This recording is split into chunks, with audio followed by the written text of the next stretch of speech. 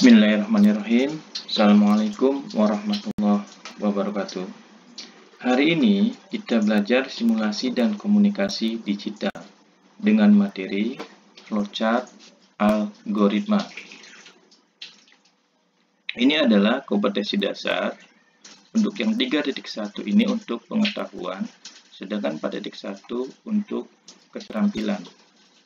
Adapun tujuan dari pembelajaran ini adalah siswa dapat mengurutkan prosedur fungsi-fungsi algoritma sederhana dalam kehidupan sehari-hari. Nah, sekarang apa sih algoritma dan flowchart itu?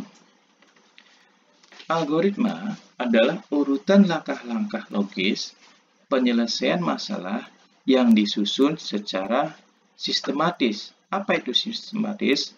Runut sistematis itu. Urut, ya seperti itu. Dan logis itu artinya masuk akal gitu. Kemudian flowchart adalah bagan-bagan yang mempunyai arus yang menggambarkan langkah-langkah penyelesaian suatu masalah ya. Jadi langkah-langkah seperti itu. Nah, ini adalah bagan simbol dari flowchart. Oke, jadi kenapa flowchart ini menggunakan simbol? Dikarenakan simbol ini mempunyai arti atau fungsi seperti itu. Maka kita harus menggunakan simbol-simbol yang sudah disepakati ini seperti itu. Kalian bisa lihat di layar. Sekarang adalah contoh kita akan membuat algoritma. Dalam kehidupan sehari-hari pasti kita butuh makan, gitu kan? Maka makan juga bisa dibuat algoritmanya seperti itu. Jadi makan yang benar, ya, kita buat algoritmanya. Yang pertama, ini adalah penulisan algoritmanya. 1. Cuci tangan atau siapkan sendok dan garpu. 2. Siapkan piring. 3. Ambil nasi. Taruh nasi di atas piring. 4. Ambil lauk. Taruh lauk di atas nasi. 5. Ambil air minum di gelas. 6. Membaca doa sebelum makan. 7. Makan. 8. Selesai makan. Baca doa sesudah makan. Baru yang terakhir adalah cuci piring. Nah, dari algoritma ini kita masukkan, kita terapkan ya ke dalam flowchart, alur flowchart. Jadi kita masukkan ya langkah-langkah ini atau urutan ini ya kita masukkan ke dalam simbol-simbol flowchart tadi. Seperti itu. Ingat, simbolnya harus sesuai seperti itu. Maka kita gunakan yang pertama adalah simbol terminator ya. Kemudian simbol garis alur atau flow line. Kemudian kita gunakan juga adalah simbol proses atau persegi panjang. Nah, ini dia. Jadi yang digunakan di sini mulai dan selesai ini simbolnya sama.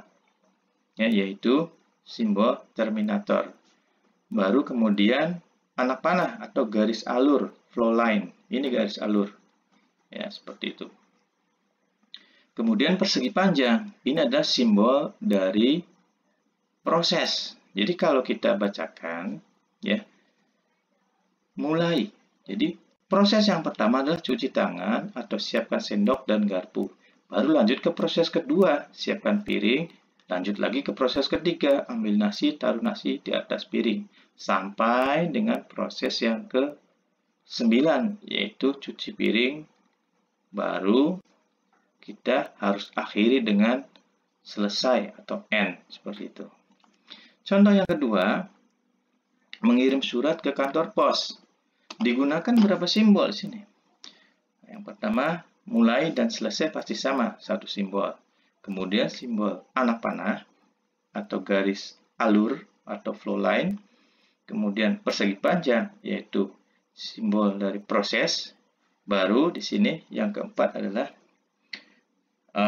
decision, ya, simbol decision yaitu perbandingan pernyataan penyajian data yang memberikan pilihan untuk langkah selanjutnya, seperti itu. Ya, kenapa ini perlu ini?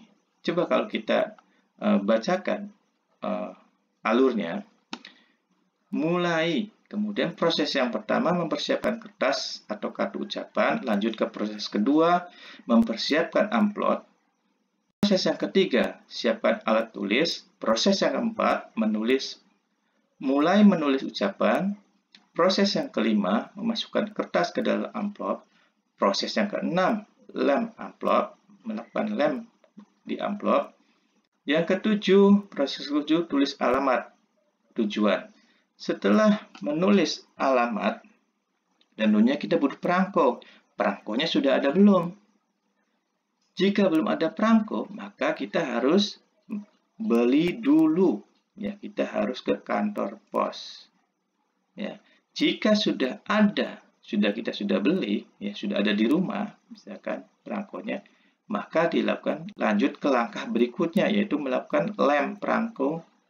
Ya, kemudian baru setelah dilem, pergi ke kantor pos, kemudian memposkan surat tersebut selesai. Ya, jadi ini start atau mulai dan diakhiri dengan selesai atau end, seperti itu. Oke. Nah, sekarang tugas untuk kalian. Tugasnya adalah buat algoritma dalam kehidupan sehari-hari dan gambarkan flowchart di kertas kosong, foto dan upload lewat Google Form. Ini adalah linknya. Kalian tinggal klik nanti. Sudah saya siapkan linknya. Oke. Nah, saya ucapkan selamat belajar. Saya akhiri. Wassalamualaikum warahmatullahi wabarakatuh. Terima kasih.